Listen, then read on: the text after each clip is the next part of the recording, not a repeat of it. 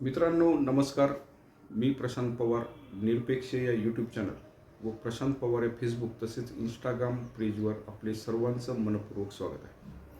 बांधवांनो, आज आपण संगमनेरच्या तसेच महाराष्ट्रातील सुप्रसिद्ध असे कीर्तनकार निवृत्ती महाराज इंदुरीकर यांच्या कन्येचा जो काल विवाह सोहळा, शाही विवाह सोहळा जो संपन्न झाला, या विवाह सोहळ्यानिमित्त चर्चा करणार.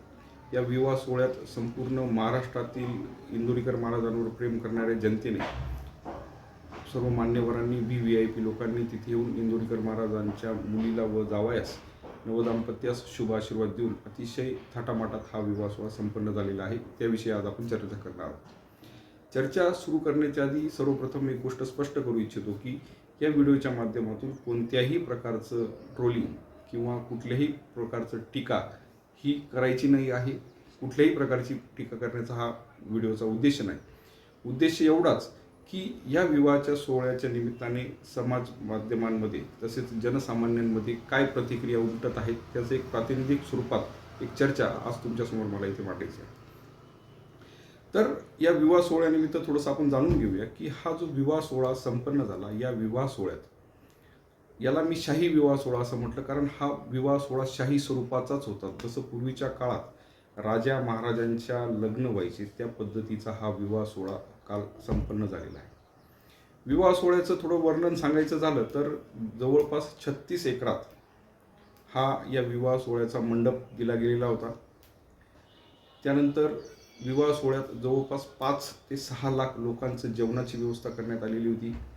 महाराष्ट्रभरातून विविध मान्यवर या विवाह सोहळ्यात आलेले होते. त्याचप्रमाणे मोठे मोठे VVIP लोक, दस्तूरखुद्द मुख्यमंत्र्यांनी सुद्धा या विवाह सोहळ्यास उपस्थिती दाखवली आणि नवदाम्पत्यास त्यांनी आशीर्वाद दिलेले आहे. या विवाह सोहळ्यात जवळपास नव्हतं असं कुठल्याही प्रकारची गोष्ट नव्हती. सर्व प्रकारच्या या विवाह ज्या ज्या गोष्टी असतात त्यापेक्षा कितीतरी पटीने जास्त असं या विवाह सोहळ्यात होतं. 36 एकरात मंडप, 5-6 लाख लोकांसाठी शाही भोजन, त्याचप्रमाणे विविध प्रदर्शने, विविध कीर्तन, विविध प्रवचने, रोषणाई, मंडप, बँडबाजा असे विविध प्रकारचे सर्व प्रकार या विवाह सोहळ्यात होते. प्रश्न असा पडतो की हा जो विवाह सोहळ्यात जो खर्च केला, हा खर्च इंदुरीकर महाराजांनी कुठल्याही शासकीय अनुदानातून केलेला नाही, कुठल्या स्कीममधून केलेला नाही. हा जो खर्च त्यांनी स्वतःच्या वैयक्तिक खिशातून केलेला आहे. परंतु प्रश्न असा पडतो की त्यांनी जरी आपल्या लग्न इतका खर्च आधी नाही, 200 लोकांचं जेवण लागत आहे, डीजे लागत आहे, पुन्हा खंबे लागत आहे, आपल्याला अडचण अशी आहे, नाचणारी टोळी बदलती, या नाचा त्या पण मराठा समाजाचा बावळ्याचा बाजार नाही, पुरीची हळद नाही नाचत, आणि तीच आई म्हणती मुलाची आई होणं अवघड आहे नाचून. संदर्भात स्वतः दस्तूरखुद्द इंदुरीकर महाराजांनी सुद्धा आपल्या प्रबोधनात अनेक वेळा स्पष्ट केलेले आहे की मराठा समाजाने कुठल्याही प्रकारचा लग्नांमध्ये बळी जाऊ न मिरवता जितक्या जास्तीत जास्त छोट्या खानी स्वरूपात हा जो विवाह सोहळे करता आले तर करावेत. याने पैसे सुद्धा वाचतील आणि जो खर्च होतो तो मुलामुलींच्या पुढील आयुष्यासाठी खर्च करावा असं त्यांनी सुद्धा अनेक वेळा कीर्तनांमधून सांगितलेलं आहे. परंतु करणी आणि कथनी यामध्ये खूप मोठ्या प्रमाणात बदल आपल्याला बघताना दिसत आहेत. मध्यंतरी त्यांनी वाक्य त्यांचं ट्विस्ट केलं की पैसा असेल तर खर्च करण्यास हरकत नाही. परंतु आज आपल्या समाजाची जर परिस्थिती बघाल तर आपला समाज हा अंधानुकरण करण्यात एक नंबर आहे. विशेष करून मराठा जो समाज आहे हा अंधानुकरण करण्यासाठी अग्रेसर आहे. शेजारच्याने मोठं लग्न काढलं म्हणून आपण पैसे नसताना सुद्धा मोठं लग्न काढायचाच असा अट्टहास आपल्या समाजामध्ये खूप मोठ्या प्रमाणावर आहे.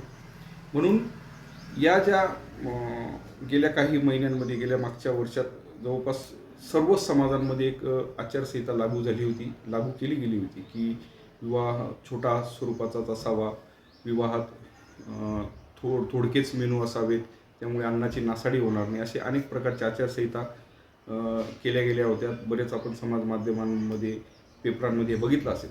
त्याचप्रमाणे मराठा समाजाची सुद्धा एक आचारसंहिता गेल्या काही काळात जाहीर झाली होती की विवाह सोहळ्यास कमीत कमी लोक बोलवणे, विवाह सोहळ्यात जास्तीत जास्त मेनू न करणे, थोडक्यात थोडा विवाह कसा करता येईल असं आणि अवास्तव खर्चांवर बंदी घालणे, अवास्तव खर्चांवर आळा घालणे यासाठी मराठा समाजाने सुद्धा एक मोठ्या मध्यंतरीच्या काळात आचारसंहिता ही बनवली गेली होती.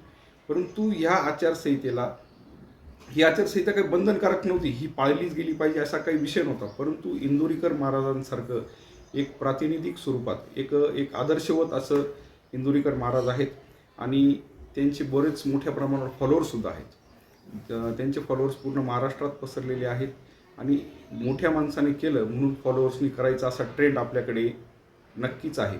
म्हणून इंदोरीकर महाराजांनी कुठेतरी असा आदर्श घालून द्यायला हवा होता की माझ्याकडे एवढा पैसा राहूनसुद्धा मी माझ्या मुलीचं लग्न एकदम शॉर्टकटरित्या केलेलं आहे. असा त्यांनी आदर्श जर घातला असता तर कुठेतरी एक नवीन पायंडा पडण्यास सुरुवात झाली असती. म्हणून गरीब माणसाने विचार केला असता की इंदोरीकर महाराजांसारख्या मोठा पैशावाल्या माणसाने जर एवढा पैसा असून सुद्धा शॉर्टकटमध्ये लग्न केलं तर आपण सुद्धा केलं पाहिजे असा एक पायंडा पडला असता. परंतु महाराष्ट्राचं सर्वांचं आपलं दुर्दैव आहे की सर्वांच्या कथनी आणि करणी खूप मोठ्या प्रमाणावर विरोधाभास असा दिसायला मिळतो. या काही गोष्टी फक्त प्रवचनापुरता आणि प्रबोधनापुरताच इंदोरीकर महाराजांनी ठेवल्या आणि शेवटी पुन्हा एकदा तेच सांगेल की केटररचे पैसे इंदोरीकरांनाच द्यायचे आहेत, मंडपाचे पैसे इंदोरीकरांनाच द्यायचे आहेत. आपण कितीही काथ्याकूट केला तरी इंदोरीकरांना काही फरक पडणार नाही. परंतु समाज माध्यमांमध्ये ज्या प्रतिक्रिया उमटल्या, ज्या जनसामान्यांमध्ये ज्या प्रतिक्रिया उमटल्या त्या प्रतिक्रियांचं एक प्रातिनिधिक स्वरूपात आपणास एक थोडंसं विवेचन इथे मांडण्याचा मी प्रयत्न केला. शेवटी ज्याची त्याची इच्छा, ज्याची त्याची आर्थिक परिस्थिती ज्याला त्याला सांभाळायची आहे एवढे बोलून इथेच संपतो. जय हिंद, जय महाराष्ट्र.